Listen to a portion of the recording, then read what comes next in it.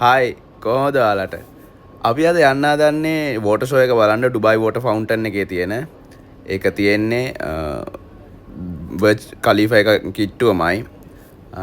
අපි දැන් ඉන්නේ යුනියන් මෙට්‍රෝ ස්ටේෂන් එකේ. මේ මෙට්‍රෝ ස්ටේෂන් එකේ ඉඳන් අපි යන්න ඕනේ ඩුබායි මෝල් එකට, ලෝකේ තියෙන ලොකුම මෝල් එක ගාවට. මෙන්න එනවා අපේ ට්‍රේන් එක. දැන් මේ ට්‍රේන් එකේ නැගලා තමයි අපි විනාඩි 20ක් විතර යන්න ඕනේ. විනාඩි 20ක් විතර ගිහිල්ලා බහින්න ඕනේ ඩුබායි මෝල් එකේ මෙතන තියෙන ස්ටේෂන් එකෙන්. ඕකේ, දැන් ට්‍රේන් එක නවත්තනවා. අපි යන් එහෙනම් හිමීට ඇතුළට. ඊට පස්සේ අපි ගිහිල්ලා බලමු.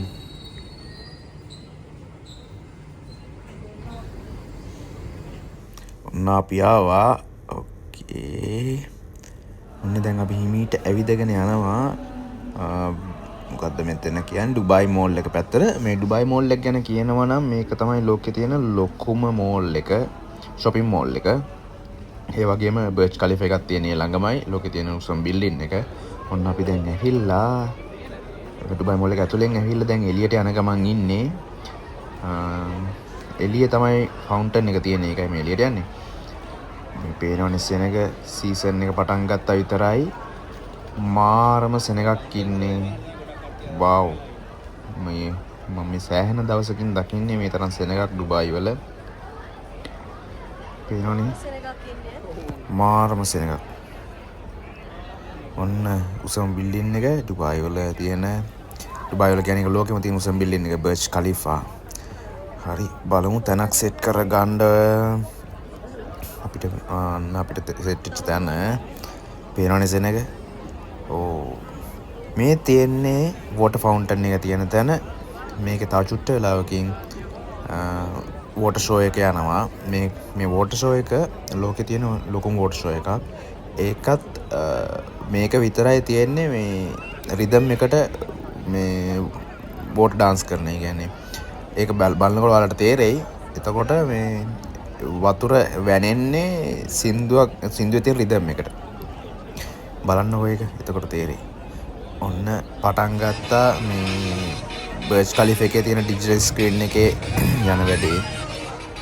මේක ඉවර වෙලා ඊට පස්සේ තව චුට්ට වෙලාවකින් තමයි වෝටර් ෂෝ එක පටන් ගන්නෙ.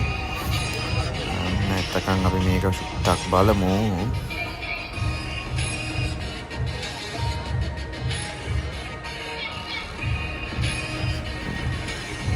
වෝටර් වෙලා ඉන්න වෝටර් ෂෝ එක පටන් ගන්නකම්. ඔන්න පටන් ගත්ත වෝටර් ෂෝ එක. ඒක නම් මාර ලස්සනයි. මම මෙතනින් යනකොට කියන්නේ යන්නේ මම කටවහ ගත්තට පස්සේ ඔයාලා හොඳට බලන්න ටබල් එක ගන්න.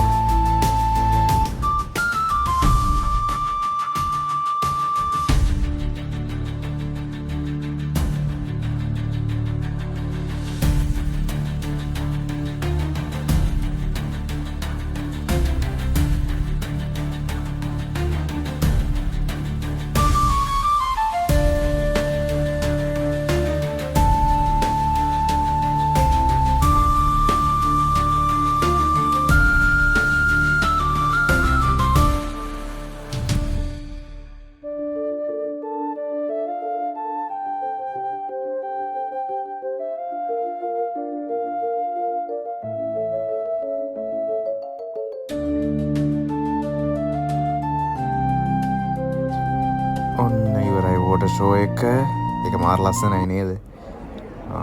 හරි දැන් අපි පල්ලෙහාට ගිහිල්ලා පොඩ්ඩක් මේ වටේ පොඩ්ඩක් ඇවිදලා එන්න ඕනේ. ඩුබායි මෝල් එකට යන්නේ පස්සේ.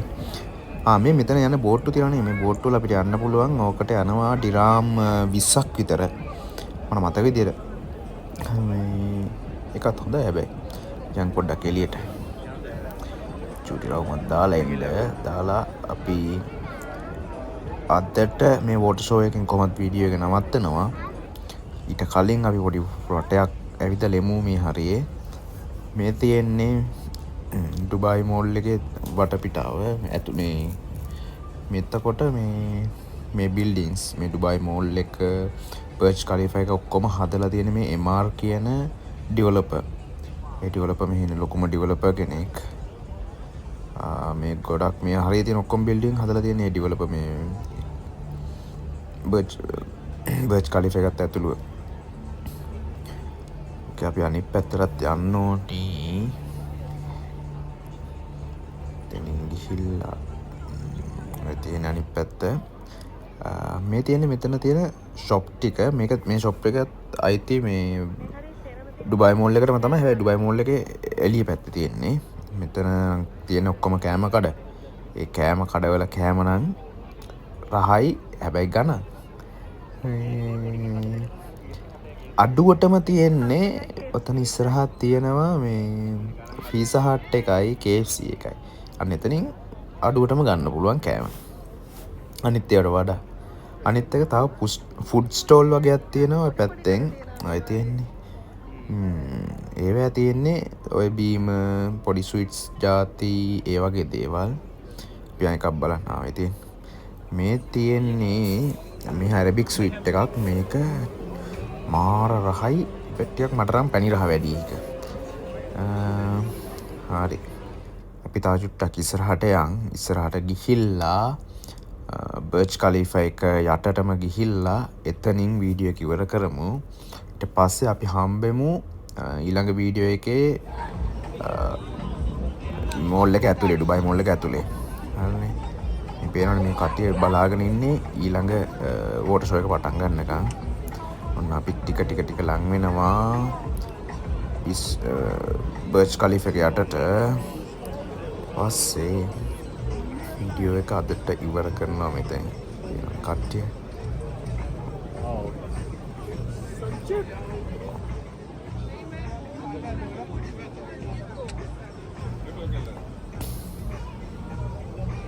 ඔන්න ආවා. ඔය තියෙන්නේ බර්ජ් ඛලීෆා එක. එහෙනම් අපි ආයි හම්බෙමු. බයි.